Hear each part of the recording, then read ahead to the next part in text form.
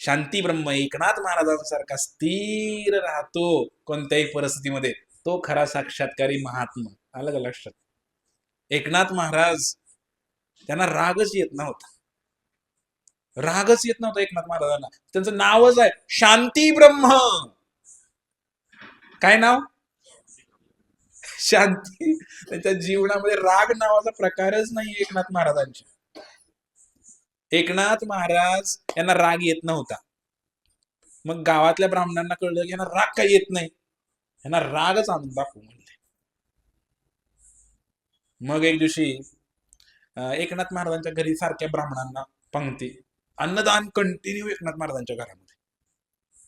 आणि विशेष म्हणजे एकनाथ महाराज एक असं, जसं प्रभुपाद महाराजांनी एक विदेशात जाऊन क्रांती केली की नाही, त्या टाईप मध्ये एकनाथ महाराजांनी सुद्धा त्या काळात क्रांती केली.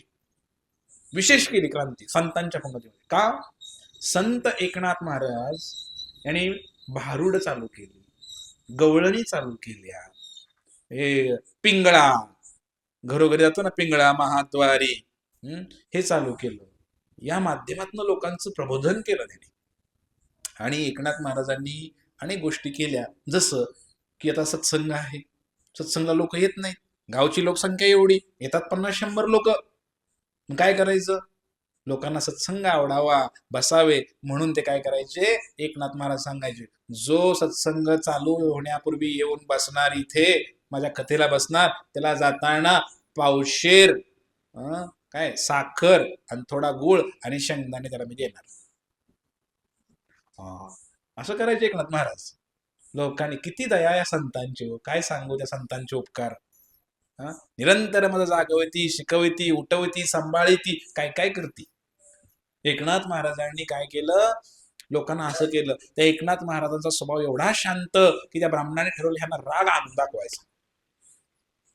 मग राग आणून दाखवायचा. मग एका मुलाला म्हणले, तू जा म्हणले आणि असं काही कर म्हणले की तुला मी 200 रुपये देतो म्हणले.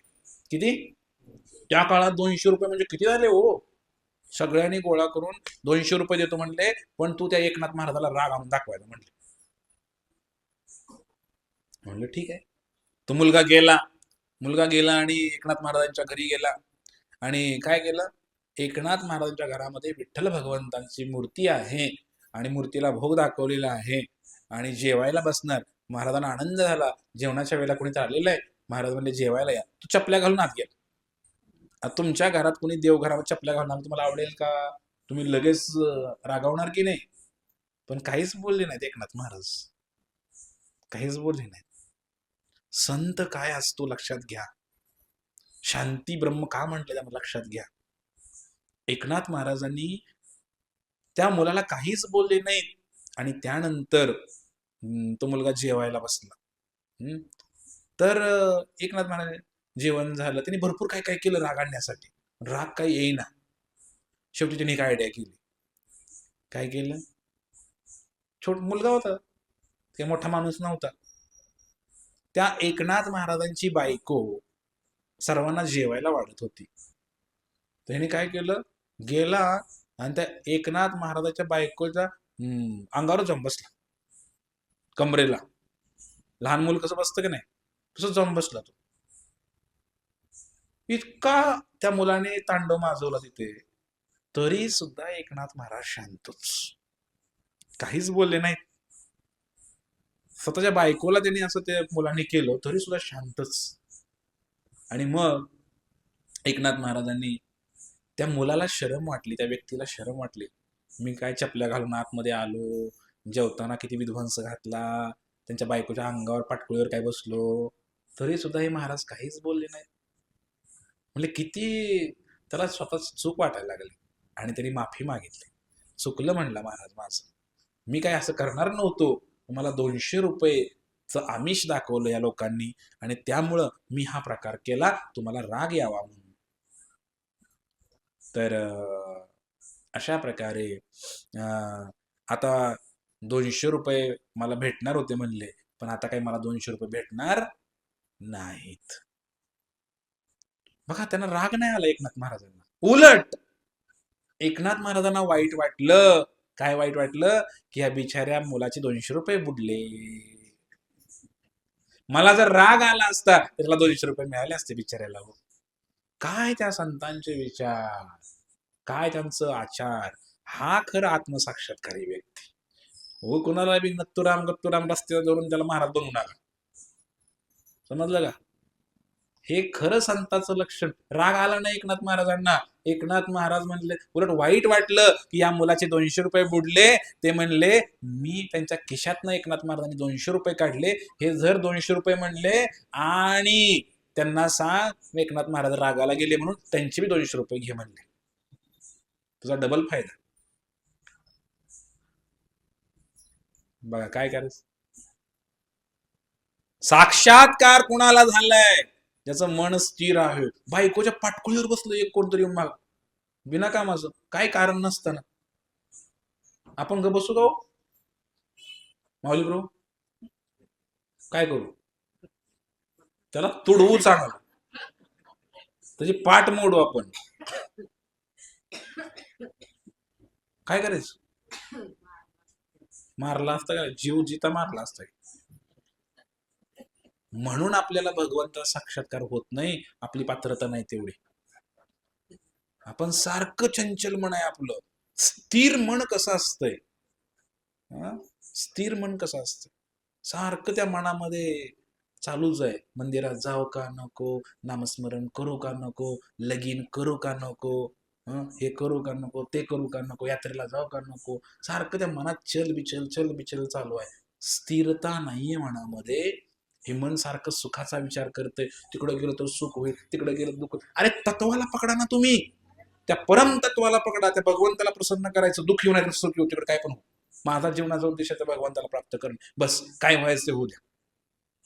आणि मग परत ती प्रकार केलाय त्यांनी एकनाथ महाराजांवरती.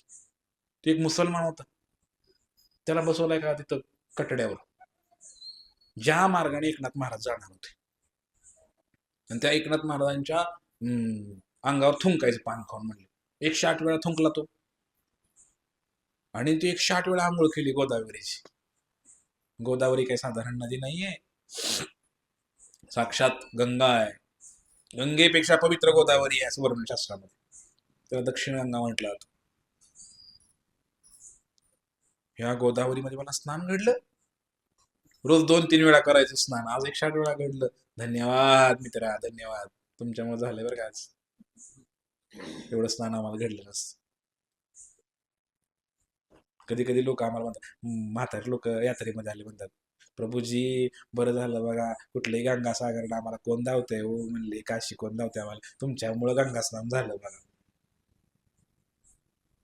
एकदा झालं तरी एवढं त्यांनी आशीर्वाद त्यांच्या तोंडातून निघतोय. एकनाथ महाराजांना 108 वेळा गंगा स्नान झालं. ते म्हटले, काय म्हणले, मी पुण्य केलं होतं, मी मला तू भेटलास म्हणले, आज माझं नशीब धन्य झालं म्हणले, मी आज मला 108 वेळा गंगेचं स्नान झालं म्हणले. तो माणूस पायावरती पडला, राग नाही आला त्यांना, कारण त्याच्या मनाची अवस्था स्थिर आहे. तो व्यक्ती कधीच दुःखी होत नाही, तो त्याला नेहमी पॉझिटिव्ह असा घेतो. ही सगळी भगवंताची योजना आहे. मूल जगलं काय, मूल मेलं काय, अंगावर कोणी थुकलं काय, नाही थुंकलं काय, कोणी काही जरी केलं आणि माझ्याकडे जीवनात काही घटना घडली, तर तो काय राहतो, सुखे दुखे समे कृत्वा लाभा लाभो जया जयो. व्यवसायामध्ये नुकसान झालं तर लोकांना सहन होत नाही. एखाद्याची नोकरी निघून गेली, लोकांना सहन होत नाही. आत्महत्या करायला बसलेले आहेत लोक. काय नुकसान झालं हो, नुकसान झालं. का बरं आत्महत्या केली? प्रेयसी नाही म्हणाली लग्नाला, बायको दुसऱ्या बरोबर पळून गेली, मग मी आत्महत्या करतो. कशासाठी करता आत्महत्या? तुम्हाला मनाची जी स्थिरता आहे, हे मनुष्य जीवन भगवंतांना प्रसन्न करण्यासाठी आहे. हे काही बायकोला प्रसन्न करण्यासाठी नाहीये, मुलांना प्रसन्न करण्यासाठी नाहीये, प्रेयसीला खुश करण्यासाठी नाहीये. या भगवंताला, पांडुरंगाला प्रसन्न करण्यासाठी मनुष्य जीवन आहे. आपण काय करायला पाहिजे? तो विचार केला तर सुखी राहणार. पण तो विचार काढून कोणाला तरी गुपचूप खुश करण्याचा प्रयत्न करतोय आपण, 100% दुःख येणार तुम्हाला. ती पण व्यक्ती तुम्हाला काहीतरी खुश करण्याचा प्रयत्न करते, तुम्ही त्याला खुश करण्याचा प्रयत्न, किती दिवस तुम्ही असं करणार आहे? हा खोटा खोटा खेळ किती दिवस खेळणार आहे? खरं प्रेम करा, खरं प्रेम करा त्या भगवंतावरती, काय आनंद येतो ते बघा. हे खोटे खोटे प्रेम करून काय करणार आहे मनुष्य? चांबड्याच्या शरीरावर प्रेम करून काय करणार आहे? भगवंतांवर प्रेम करून पहा, संतांनी केलं, मनाची स्थिरता येईल. भगवंतांवर प्रेम केल्याने, भगवंताचं नामस्मरण केल्याने काय होतंय, मन स्थिर राहते, ती शक्ती मनामध्ये येते, हळूहळू हळू येते, की कितीही मोठा प्रसंग आला तर तो हलत नाही माणूस जाग्यानं. तो म्हणतो काय, उगेची रहा होईल ते सहज पहा, तुका म्हणे.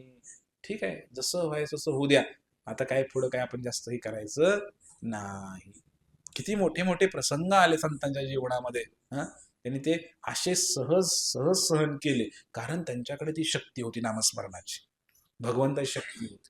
उगीच सहन करू शकत नाही, लक्षात घ्या. त्याला फार तपस्या लागते बरं का, मनाची स्थिरता यायला. आणि नामस्मरणामुळेच मनाची स्थिरता येते बघा, दुसरं काही सुद्धा उपाय नाही, काहीही उपाय